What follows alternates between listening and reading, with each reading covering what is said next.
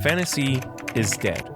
Okay, I'm being a bit dramatic, but most anime and manga in the fantasy genre are doo-doo isekai stories about a smelly loser who dies from inhaling way too much Cheeto dust or from getting hit by the first truck they see after stepping outside for the first time in months. They're then jumped to this great value fantasy world where they have this amazing power, and this already just sounds really boring. But in 2023, Frieren Beyond Journey's End got an anime adaptation, and everybody loved it. It even took the #1 spot on my anime list. So the big question is, what makes it different from all these other fantasy series? The story is about Frieren, a roughly 1,000-year-old elf who has autism. She's a powerful mage, even though she doesn't actually do much other than wander and collect unique spells. Like this one that makes grapes sour.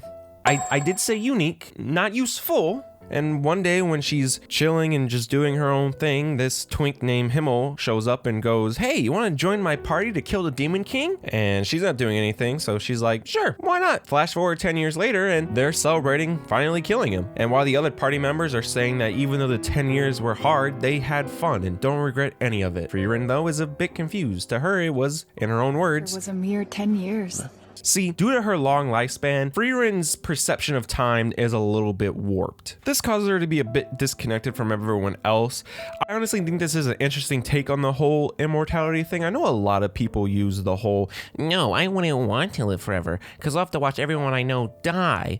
But honestly, would you really notice? We have a longer lifespan than a lot of things.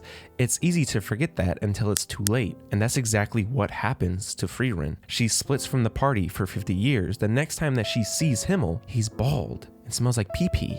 And when he passes away, this devastates Frieren. She knew that his lifespan was shorter than hers, and she took that for granted. So from that moment on, she swears that she will try to understand people better. She no longer travels just to collect spells, but to help people and try and connect with others. She tries to correct her mistake with Himmel by visiting the old priest from the party. There, she finds that he has adopted a small child named Fern, which is strange because from my experience, priests and small children just don't go well together. The priest himself knows that he is going to probably die soon. So he asks Frieren, "Hey, can you take her with you and take her on as a student?" Frieren is not going for it. So he comes up with this plan to use her time autism against her and makes her do this task that he knows is going to take a while, which forces her to stay and get to know Fern. And so when he does pass away, Frieren is more comfortable with taking Fern on, but Himmel's death is still bothering her. So when she finds notes from her old teacher telling her, "Hey, if you travel to End," which is German for end, "you can find the place where souls rest and talk to people who have passed away." Frieren, wanting to say a proper goodbye to Himmel, decides, "Fern, we're going on a 10-year quest." That is the entire goal of the story, to get from point A to point B. There is no big bad, no world-ending threat, just a journey to see a lost friend. That is how Frieren is different from every other series in the fantasy genre. It focuses on the journey, and because it does that, it's able to focus on the world. Also, hey, if you made it this far, why not hit that subscribe button? I would really appreciate it. Did you hit it yet? Please? When I first started watching the show, I thought it was going to be like every other fantasy world. Empty, slightly European. You just know a series is going to be dookie when you see this. Don't get me wrong.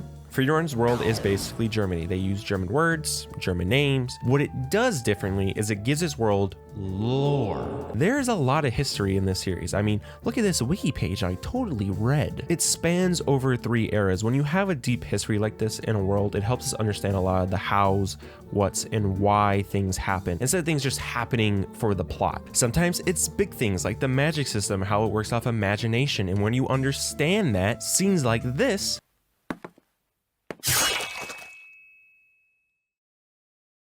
makes sense. And sometimes it's little things, like my favorite example is when Frieren tells the party, "Hey, the North is known to have terrible winters." We then see them have to deal with a blizzard, and any other series would have this be a one-off storyline, but nope. A lot of their time in the North is them dealing with shitty weather. All of this just makes the world feel like people actually live in it. And it's never done in the classic anime exposition way, where a character sits up there with fucking PowerPoint explaining the most simplest thing for 20 minutes. Normally it's just someone saying something offhand, and you listen because the stuff is not only important, but it's interesting. I don't know about you, but I'm sick of every single fantasy world being boring. It's like they just Googled fantasy world ideas and then went, put some elves here, some orcs there, little goblins here. It's a fantasy world, people. Make shit up. This bird flies at Mach speed. This flower drains people's mana. Here's a ghost that uses your own memories of loved ones so it can trick and then eat you. See how more interesting that is than fucking goblins? Then the art just brings all of it together and helps bring the world to life. This is one of the few anime fantasy worlds that I think I would actually want to live in.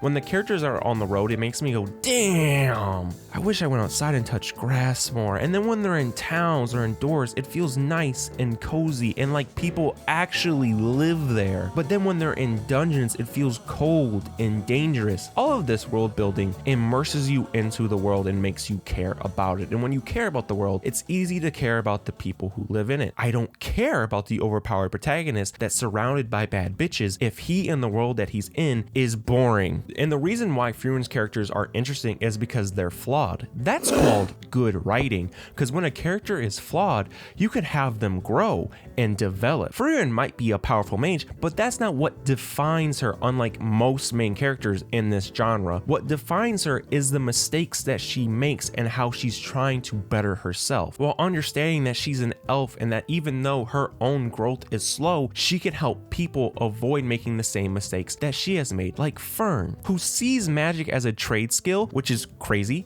because being a plumber, that's a trade. Being able to shoot lasers that put holes in people is not. But the more time she spends with Frieren, the more she realizes that magic can be fun. And she even starts collecting minor spells like Frieren, even though she still tries to hide it and says she does it just to make Frieren happy. Then there's Stark, a boy that they meet later on in their journey, and he is basically the coward archetype. Now, normally in anime, the coward is basically someone who's constantly just screaming, blowing snot everywhere, crying, pissing their pants in a corner, and just being overall annoying. And at first, you think Stark is going to be that. But as we learn more about him, we do find that he wants to help people. He wants to be a hero. Frieren and Fern kind of give him that push. And so his want to help people overpowers his cowardness. And it's just a nice change of pace, because normally how these characters work is that they're a coward, they do one big thing to help the hero out, and then they're back to being a coward. But Stark is generally on a path of learning to overcome his fears, and these are just some of the main cast. Some of my favorite side characters are